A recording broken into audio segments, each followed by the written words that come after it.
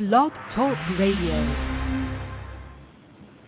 Hello, everyone. This is Lori Smith on Blog Talk Radio. Good evening. It's 10 o'clock p.m. here in Calgary, Alberta. Saturday night, September 14th. I'm glad to be here. Thanks, everybody, for tuning in. I still have a lot of people listening to my shows, and this is One Child Abuse Survivor to Another Restoration, and it's a sort of a new show. I've only done a few of them so far.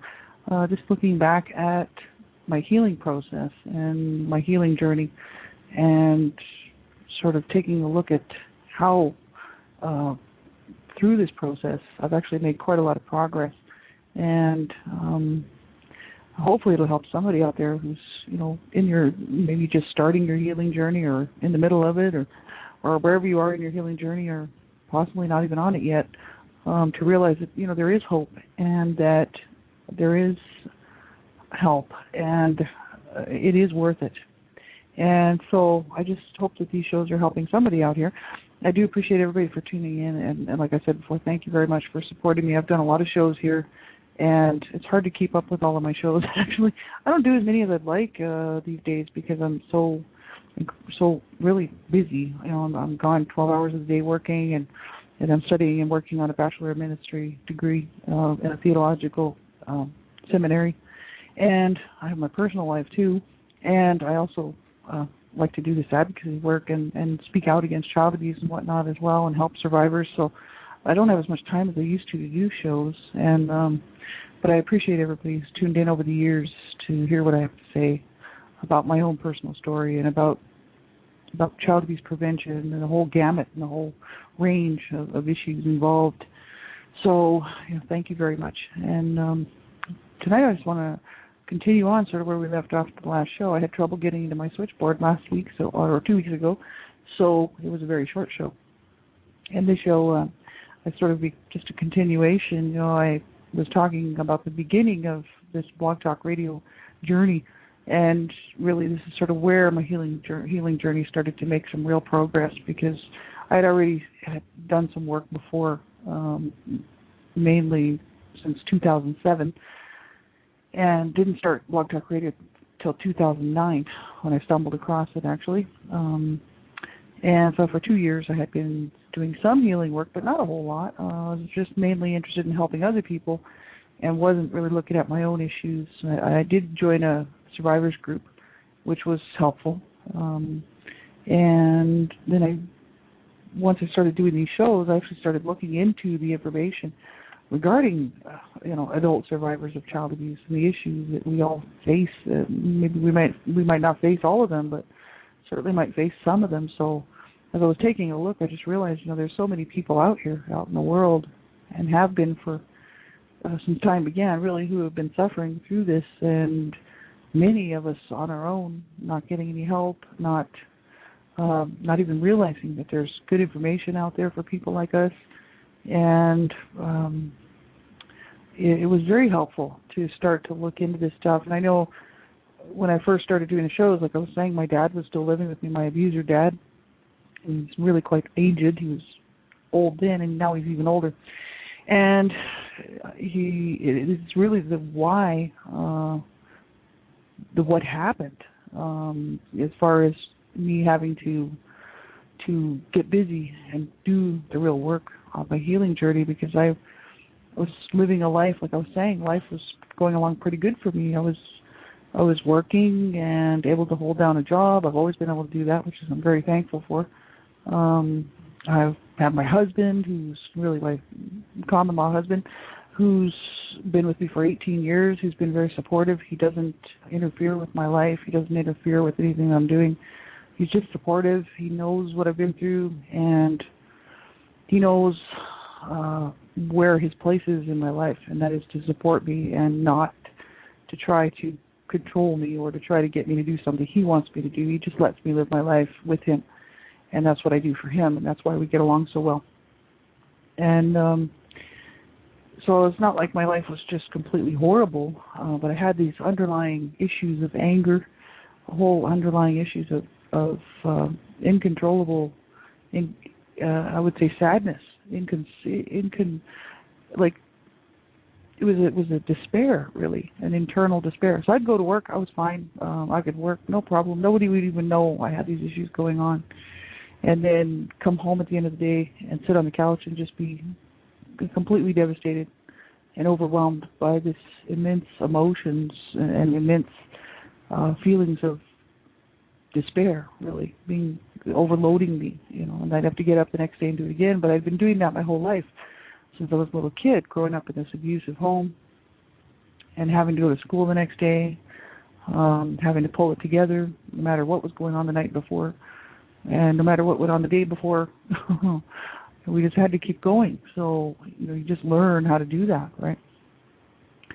And so I started to, as I was working through a lot of the material that I was doing, especially on one child abuse survivor to another, back in 2009, mainly 2010 and 2011, was looking at these issues, and I would spend months on them. Like I would spend sometimes, 1 or 2 months talking about anger management, talking about the issues of abuse and anger internalized, and then of course that would spill over into the issues of domestic violence, and it really helped me out because I was able to voice what I wanted to say for so long about what I knew about domestic violence and abuse, and what I knew about family violence and child abuse.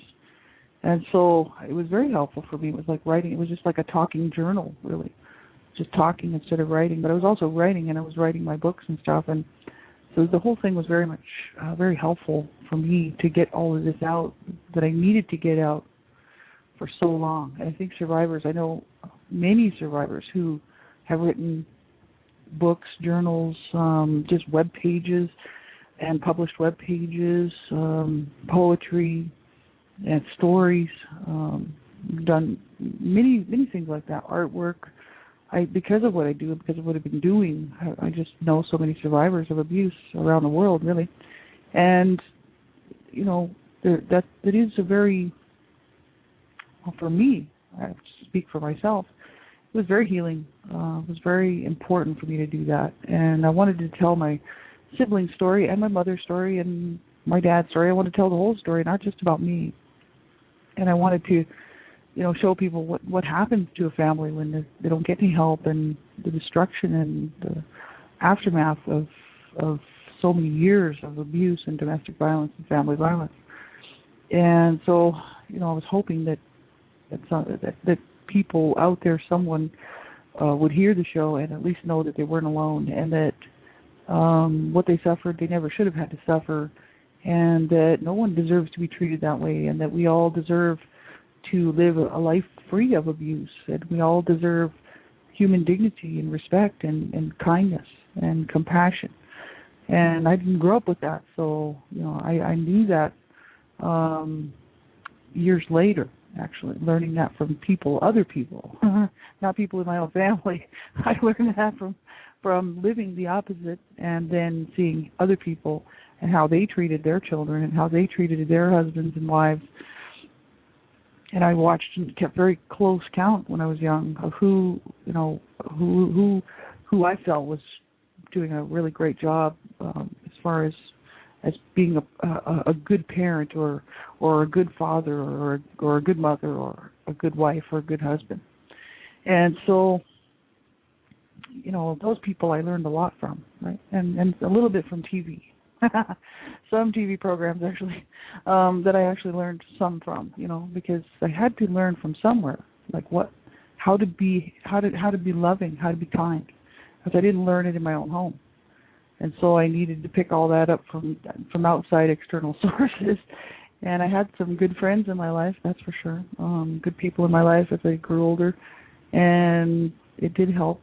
But being able to write it down and get it out.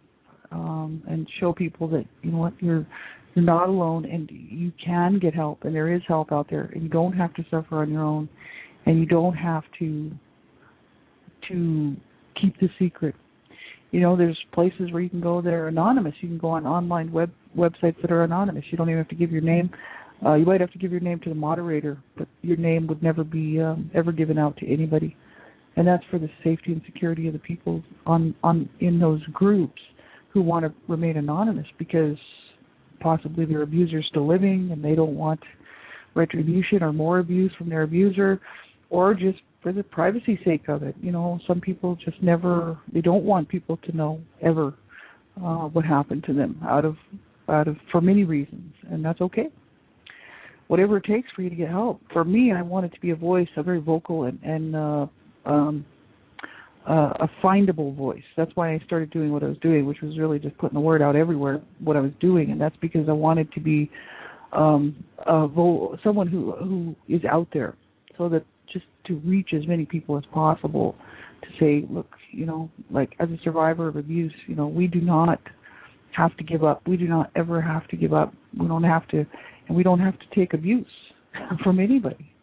And that we have rights, and that we have the right to a healthy, happy life, and that it is truly our decision as adults, as adult survivors of abuse, to get help, the help that we need. So many people will not know that there's issues going on in someone's life like that if we don't tell them, if we don't reach out, And that's just, I just thought, I'll just put myself out there as much as I possibly can to just to be one more voice saying, this is it. This is very much it. As I was abused as a child, but that doesn't mean I have to remain silent, and that doesn't mean that I have to just sit in a dark closet somewhere and have a pity party for the rest of my life, and it doesn't mean that I have to hide it and pretend I'm somebody else either. I'm just me. I'm just who I am, But I care about people, and I know there's just so many people. I mean, just growing up. I mean, I've gone through my whole story here on this show like many times, and on all of my shows. But growing up, I knew so many kids who were abused or lived in abusive environments, and I felt bad for them. I mean, I didn't sit there and feel like, well, I've got it worse than you or whatever. I mean, so I knew kids who had much more severe abuse inflicted upon them than me, and actually won in court over their parents and won millions of dollars. And these children were severely abused. Like, I knew kids who were just mistreated, verbally abused, physically abused, psychologically abused, sexually abused. And I felt bad for them. And, these people, these kids became my friends. And we all were a family, really, together. And many of those people didn't make it. And some of them, I have no idea where they are. Some ended up in prison. Some are gone and dead from murdered, drug overdose, things like that. And my heart just breaks for these people. And yet, these are my best friends. They were, anyway, so many years ago. And I know today there's so many more out there, the same thing. It just breaks my heart. And that's why I thought, I have to speak out. I cannot remain silent, And at the same time, I mean, it was for many reasons that I was doing this. It wasn't just for me, but I really wanted to put my story out there so that people would know that, yeah, I am qualified to speak about this stuff because I know all about it. And I also know a lot about survivor issues and what people will do to try to cope, and what people will do in their lives that end up sort of to self-sabotage and whatnot, because I've done it. And it's, I thought, if I don't speak out, then what good was all of this for? There has to be a purpose in it. There has to be something good come out of all of this mess. And what I didn't do was a whole lot at the beginning of one child abuse survivor to another, especially 2010, 2011. I didn't talk a whole lot about my spiritual journey, which was going on in the background. And mainly, and I did mention it a few times on my shows, was that I didn't want to incorporate my Christianity, my Christian beliefs with my show, because I knew and I know for a fact that there's so many people out there who have been abused who do not want to hear about God, and they don't want to hear about God's goodness or mercy or compassion. Because like myself, growing up abused, I was angry at God for many, many, many years, until I figured out that it really wasn't his fault. I started to feel like, wow, whose fault was it?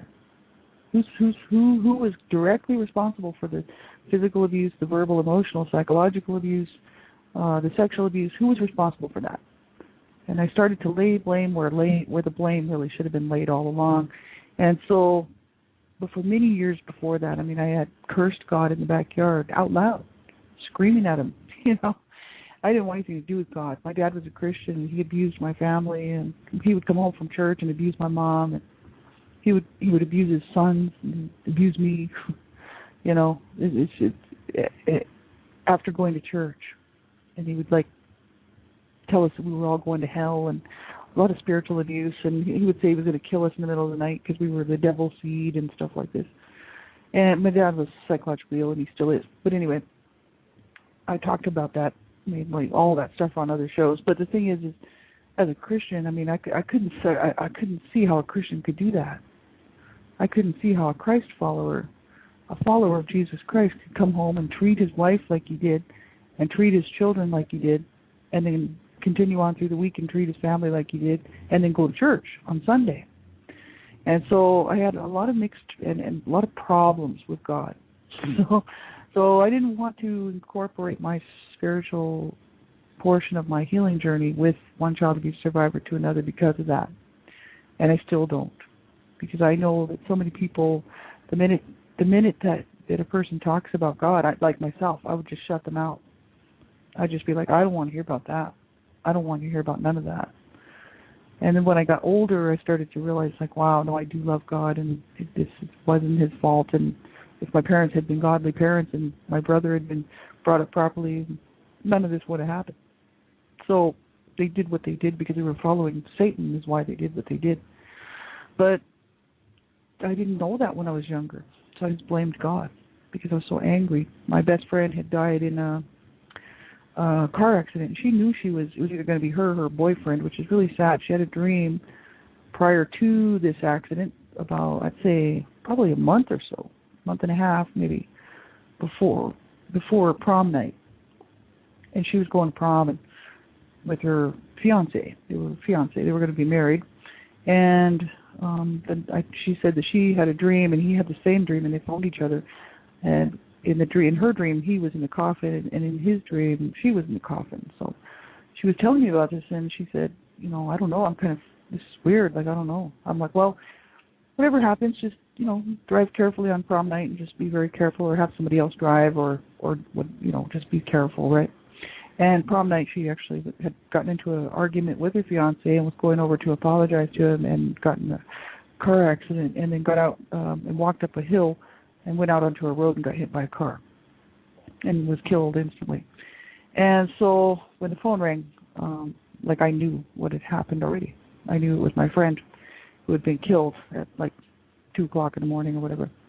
And so my heart was broken, and I cursed God because I thought, how could God take her out of a loving home with 2 loving Christian parents, they were Catholic, loving parents who loved God, loved their children, and I just couldn't see how God could take her and leave me with an abusive family, with a mother who hated my guts, which is the truth, and a dad who hated his whole family, and the insanity of what my siblings were doing to themselves and everybody else around them. I couldn't fathom it. I couldn't understand it. I just couldn't get it. I was like, I just cursed God. I was like, how could you do this? I was literally speaking out loud in the backyard, and my neighbors on the right-hand side of us, they were on the south side of the house. They were in the backyard, and they were listening to me, and they actually poked their head over, and they were like, what's the matter with you? And I was like, I was just so angry. I was cursing God. And, I was 16 years old, and I just thought, how could he do this? Her parents wanted her when she was born, and they loved her. And how could God take away my best friend? She was my best friend. And so I had issues with God for many, many reasons for many years. And so I know what it's like to be on that side of it. And I know what it's like to be, to feel those things. Right? And so that's why I don't incorporate my spiritual journey with these shows, because I really want to keep them open for everybody, and including those who do not want to hear about God's mercy and God's compassion and God's judgment and God's goodness, right? I mean, I used to just sit there and think, how could God let these things happen, to our family, to my family, to the whole world, right? My mind was unable to get a hold of it when I was young. And but in the background, I was doing a lot of healing, because since 2007, I've been into the Bible, and I've been reading the Bible steady every day, and working and allowing God's Word to help me to heal. And it has made a huge, I say all the difference, but it's one of the reasons why, if not the reason why, I've been able to be restored. And that's why I wanted to call this show Restoration, because my situation will never be restored physically here on this earth. I can't ever go back and change things, and make things right with my abuser family, right? There's no possible. My mother's gone in the grave, and her feelings towards me at the end were just the same as they were at the beginning, and there was no reconciliation there. My dad he's not only senile, but he's mentally ill, so he's about 100 years old, so there's no sense, he can't hear, and he's never going to change his mind. And that's why I started doing these shows, because he was staying with me for 1 year. I gave him 1 year. I said, you can stay with me 1 year, and then you got to get your own senior place, because I can't, this is it, 1 year. And he drove me absolutely insane for 1 year. After driving me insane my whole entire life growing up with him, right? And so when he moved out, I was like, I shut the door on any relationship with him, because it's unrestorable. There was never any relationship there in the first place, but except for an abusive one. But the thing is it's not fixable. So none of this stuff really, as far as my past goes, can ever be fixed. It's not. It's never going to be fixed. I'm almost 50. I have no children. That broke my heart. I wanted to have 10 kids. I wanted to have a big family. I can't have children. I can't carry children, and that's the way it goes. I was sexually abused as a child. Had an infection and a lot of scar tissue. I can't have children. So I didn't adopt, because I was so messed up. I really didn't even think that I should be doing anything like that. You know what I mean? Made the right move, definitely. But the thing is these things can't be restored. I can't expect it. I live in some fairy tale world and think that this stuff is going to be restored to me on this earth. But what has been restored is the fact that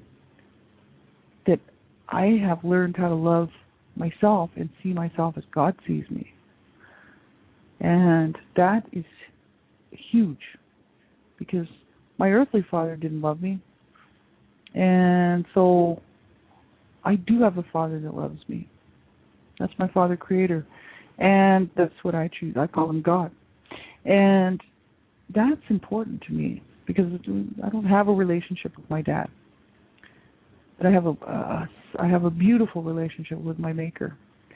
And so that's restored, And also the fact that, all of those lies that were told to me as a child, that I was worthless, I was a whore, I was this, I was that, I was such a bad child, I was a demon seed, I was the devil himself, whatever my parents decided to call me for the day, I realized was all lies. And when I look into the Word of God, I see how God sees me. And that's a child of God. That's a child of the Most High God. And that He loves me, and that I am loved, and that, so my own parents didn't love me. Well, that's okay, because I've got something so much better, so much more enduring, eternal love.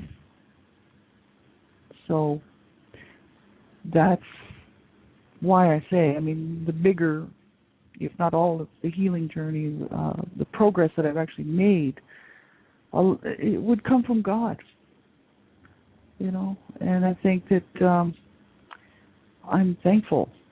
I would hope that people would allow love to come into their heart and allow goodness and mercy and compassion and everything that is good to come into their heart, light and truth, Because growing up severely abused, which, as if there's any survivors who know about this and you're listening to the show, then you know what I'm talking about. We don't grow up with light and truth and love and goodness and mercy and compassion. We're not shown any mercy. We're not shown any compassion. There was no mercy in my home. Not even close. There was no mercy. But mercy came into my heart. Mercy and love and light and truth and goodness and everything that is good came into my heart. I remember the day that happened, and I'll never forget it, May 22nd, 2007. And I could feel the hatred and the anger and the rage and the despair and the darkness and the evil and all of that horrible stuff being pushed out by the love of God. So that's why I wrote about it. And it's a good feeling, and that's why I keep doing these shows, because I just want to keep encouraging people, to keep looking for the help where you can find it. Keep reaching out, because it is important to keep looking. There were so many days when I wanted to end it, and I would plan. I won't even go into how I would plan or what I would plan, because I don't want to give anybody ideas. But I had all kinds of plans on how to take myself out and how to kill myself, and that I would even move to do certain things like that. I moved to the Grand Canyon to do that, and I'm so thankful to be sitting here today, knowing that didn't happen, and that I have peace in my heart now, peace that I thought would never come. I've even said it, that I would never have peace in my heart, and that I would never be able to fully be okay with what happened to me. I'm not okay with what happened to me as far as the abuse goes. I don't think abuse is okay at all. I advocate against it, completely against it. But I didn't ever think that I would be sitting here feeling that my own spirit and my own being could be restored. We can't go back and erase the physical damage. We can't go back and erase the scars and the stuff that's just never going to go away in this physical form. But what I can do is I can see myself through the eyes of God. And I can see myself through the eyes of mercy, through love, through compassion. And remember every day that I was in hell, but I'm no longer in hell. And that I was redeemed. That's why I called my book A Life of Death, The Redemption, because I was brought out from the pits of hell into light, into life, right? I was dead. And God saw it fit to allow me to see light. And I'm thankful, because I know people who killed themselves who couldn't see light. They couldn't see it. And so, I want to be one of these people that sits on a suicide crisis hotline, and helping people out, because I want to be that person, because I've been there. I know what that's all about. So whatever it is within you, if you're listening and you're struggling and you're having a hard time, you make sure that you hold on as tight as you can without ever letting go to that tiny possibility that tomorrow could be the day, or that 2 months from now could be the day. Because I know what it is like to sit year after year in the pits of despair, year after year, in pain, physical pain, emotional pain, psychological pain, every kind of pain, spiritual pain, unbelievable pain. And I know what that's like. But I would just say, don't ever give up. You just keep looking for that help and hope where you can find it. And you keep reaching out. And there's going to be days when you don't want to reach out. Well, that's fine. But you just keep on going. Keep on going. Do not ever give up, right? Well, thanks everybody for tuning in. Lord willing, I'll be back on again next Saturday. I like to do the shows in the morning, but I couldn't do it this morning. And last week actually was not feeling well. I had a fever and I was sick and everything. I had to take a couple of days off work. But I plan on being around next Saturday. So God bless you all, and I just pray, that God would just keep you and surround you and protect you and show Himself to you, that He is good and He is love and He is kindness and mercy. He is a lot of things, but He is those too. And so I just hope that you would just open up your heart and open up your hands and heart to get some help, even if it's not biblical help or biblical counseling. Make sure that you reach out and get some secular help, whatever kind it is, counselor, therapist, doesn't matter. You reach out and get some help, right? We'll talk to you soon. Bye-bye.